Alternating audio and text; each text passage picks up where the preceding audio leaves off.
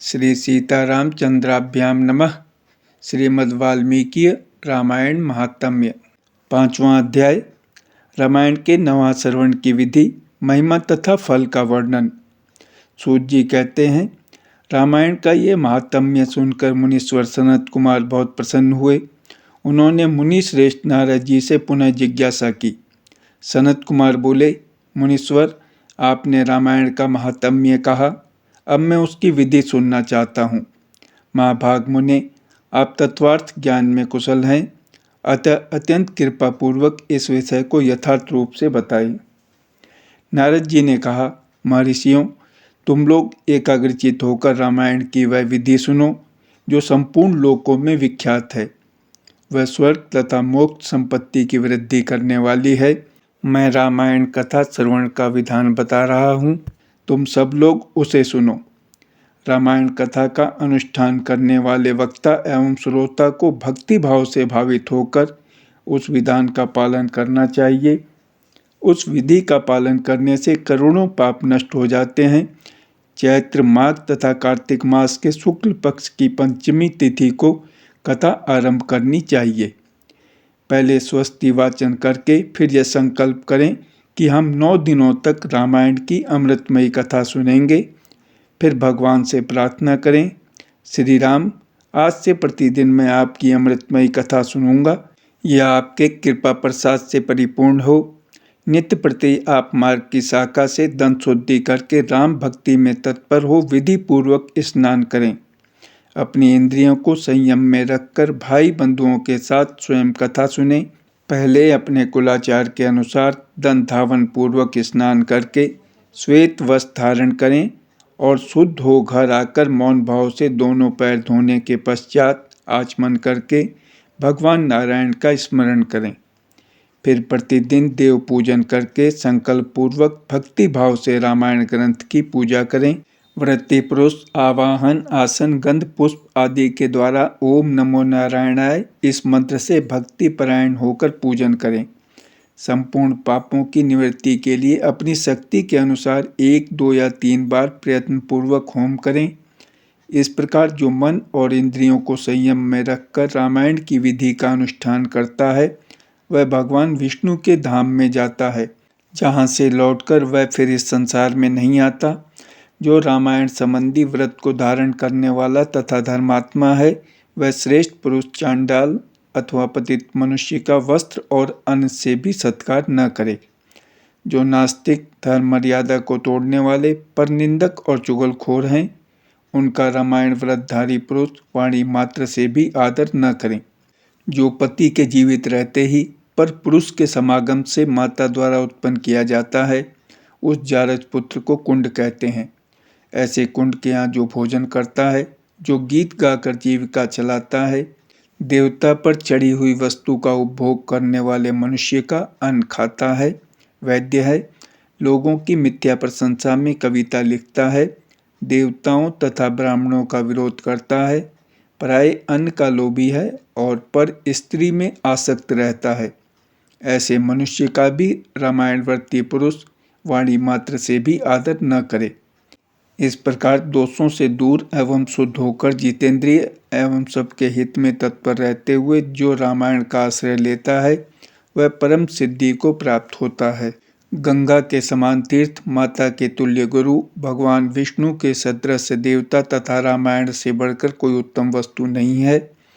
वेद के समान शास्त्र, शांति के समान सुख, शांति से बढ़कर ज्योति तथा रामायण से उत्कृष्ट कोई काव्य नहीं है। क्षमा के सदृश बल, कीर्ति के समान धन, ज्ञान के सदृश लाभ तथा रामायण से बढ़कर कोई उत्तम ग्रंथ नहीं है। रामायण कथा के अंत में वेदज्ञ वाचक को दक्षिणा सहित गौ का दान करें। उन्हें रामायण की पुस्तक तथा वस्त्र और आभूषण आदि दें।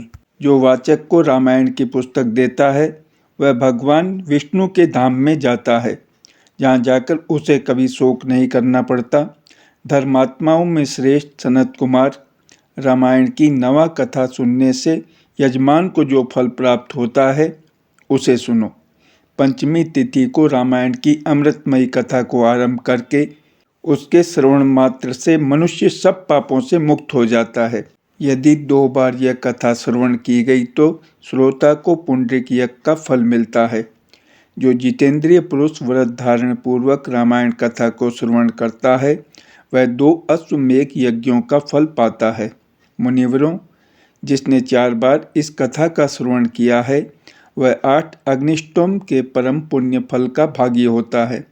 जिस महामनस्वी पुरुष ने 5 बार रामायण कथा श्रवण का व्रत पूरा कर लिया है वह अत्यग्निष्टोम यज्ञ के द्विगुण पुण्य फल का भागी होता है।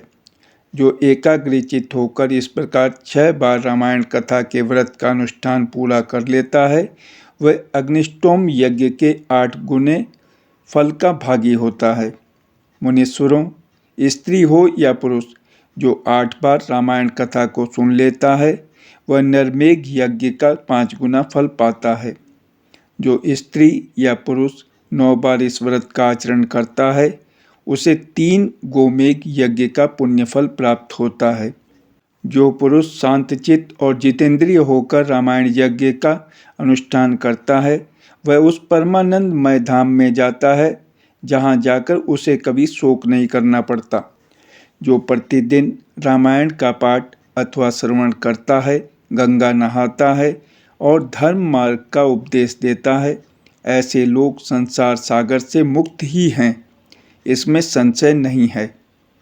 महात्माओं, यतियों, ब्रह्मचारियों तथा परवीरों को भी रामायण की नवाकथा सुननी चाहिए। राम कथा को अत्यंत भक्तिपूर्वक सुनकर मनुष्य महान तेज से उद्दीप्त हो उठता है और ब्रह्मलोक में जाकर वहीं आनंद का अनुभव करता है। इसलिए विपेंद्रगण, आप लोग रामायण की अमृतमयी कथा सुनिए। श्रोताओं के लिए यह सर्वोत्तम श्रवणीय वस्तु है और पवित्रों में भी परम उत्तम है। दुस्वप्न को नष्ट करने वाली यह कथा धन्य है। इसे प्रयत्नपूर्वक सुनना चाहिए। जो मनुष्य श्रद्धा युक्त होकर इसका एक श्लोक या आधा श्लोक भी पढ़ता है वह तत्काल ही करोड़ों उपपातकों से छुटकारा पा जाता है। यह गो से भी गोतम वस्तु है। इसे सत्पुरुषों को ही सुनाना चाहिए। भगवान श्री राम के मंदिर में अथवा किसी पुण्य क्षेत्र में सत्पुरुषों की सभा में रामायण कथा का प्रवचन करना चाहिए। जो ब्रह्मद्रोही पाखंडपूर्ण आचार में तत्पर तथा लोगों को ठगने वाली वृत्ति से युक्त हैं उन्हें यह परम उत्तम कथा नहीं सुनानी चाहिए। जो काम आदि दोषों का त्याग कर चुके हैं, जिनका मन राम भक्ति में अनुरक्त रहता है तथा जो गुरुजनों की सेवा में तत्पर हैं उन्हीं के समक्ष यह मोक्ष की साधनभूत कथा बाँचनी चाहिए। श्री राम सर्वदेवमय माने गए हैं।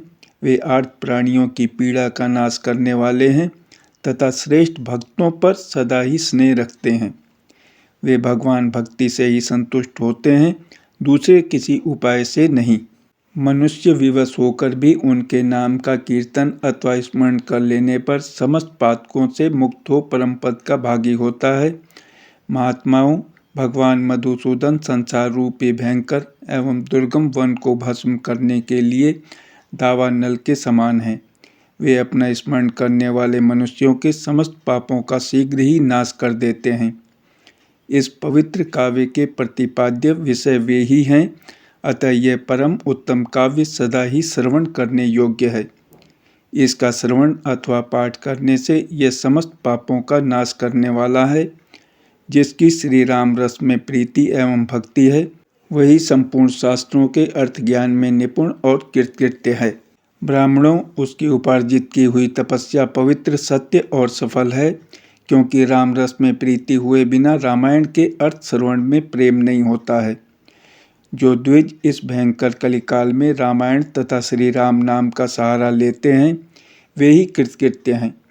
रामायण की इस अमृतमयी कथा का नवा श्रवण करना चाहिए। जो महात्मा ऐसा करते हैं वे कृतज्ञ हैं। उन्हें प्रतिदिन मेरा बारंबार नमस्कार है। श्री राम का नाम, केवल श्री राम नाम ही मेरा जीवन है। कलयुग में और किसी उपाय से जीवों की सद्गति नहीं होती। सूत जी कहते हैं, महात्मा नारद जी के द्वारा इस प्रकार ज्ञानोपदेश पाकर सनत कुमार जी को तत्काल ही परमानंद की प्राप्ति हो गई। अतः विप्रवरों, तुम सब लोग रामायण की अमृतमयी कथा सुनो। रामायण को 9 दिनों में ही सुनना चाहिए। ऐसा करने वाला समस्त पापों से मुक्त हो जाता है। द्विजोत्तमों, इस महान काव्य को सुनकर जो वाचक की पूजा करता है उस पर लक्ष्मी सहित भगवान विष्णु प्रसन्न होते हैं। विपेंद्रगण, वाचक के प्रसन्न होने पर ब्रह्मा, विष्णु और महादेव जी प्रसन्न हो जाते हैं। इस विषय में कोई अन्यथा विचार नहीं करना चाहिए। रामायण के वाचक को अपने वैभव के अनुसार गौ, वस्त्र, सुवर्ण तथा रामायण की पुस्तक आदि वस्तुएं देनी चाहिए। उस दान का पुण्य फल बता रहा हूँ, आप लोग एकाग्रचित्त होकर सुने। उस दाता को ग्रह तथा भूत वेताल आदि कभी बाधा नहीं पहुँचाते। श्री रामचरित का श्रवण करने पर श्रोता के संपूर्ण श्रेय की वृद्धि होती है। उसे न तो अग्नि की बाधा प्राप्त होती है और न चोर आदि का भय ही। वह इस जन्म में उपार्जित किए हुए समस्त पापों से तत्काल मुक्त हो जाता है। वह इस शरीर का अंत होने पर अपनी 7 पीढ़ियों के साथ मोक्ष का भागी होता है। पूर्व काल में सनत कुमार मुनि के भक्ति पूर्वक पूछने पर नारद जी ने उनसे जो कुछ कहा था वह सब मैंने आप लोगों को बता दिया। रामायण आदि काव्य है। यह संपूर्ण वेदार्थों की सम्मति के अनुकूल है। इसके द्वारा समस्त पापों का निवारण हो जाता है। यह पुण्यमय काव्य संपूर्ण दुखों का विनाशक तथा समस्त पुण्यों और यज्ञों का फल देने वाला है। जो विद्वान इसके एक या आधे श्लोक का भी पाठ करते हैं उन्हें कभी पापों का बंधन नहीं प्राप्त होता। श्री राम को समर्पित किया हुआ यह पुण्य काव्य संपूर्ण कामनाओं को देने वाला है।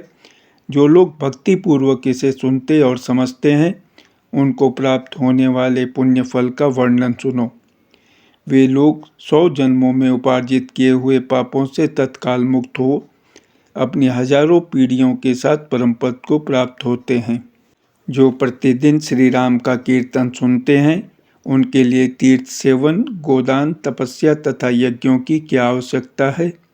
चैत्र, माघ तथा कार्तिक में रामायण की अमृतमयी कथा का नवाह पारायण सुनना चाहिए।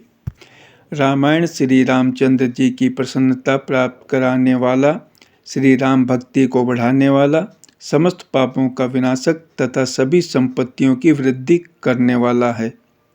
जो एकाग्रचित्त होकर रामायण को सुनता अथवा पढ़ता है वह सब पापों से मुक्त हो भगवान विष्णु के लोक में जाता है। इस प्रकार श्री स्कंद पुराण के उत्तरखंड में श्री नारद सनत कुमार संवाद के अंतर्गत रामायण महात्म्य के प्रसंग में फल का वर्णन नामक 5वां अध्याय पूरा हुआ। जय श्री राम।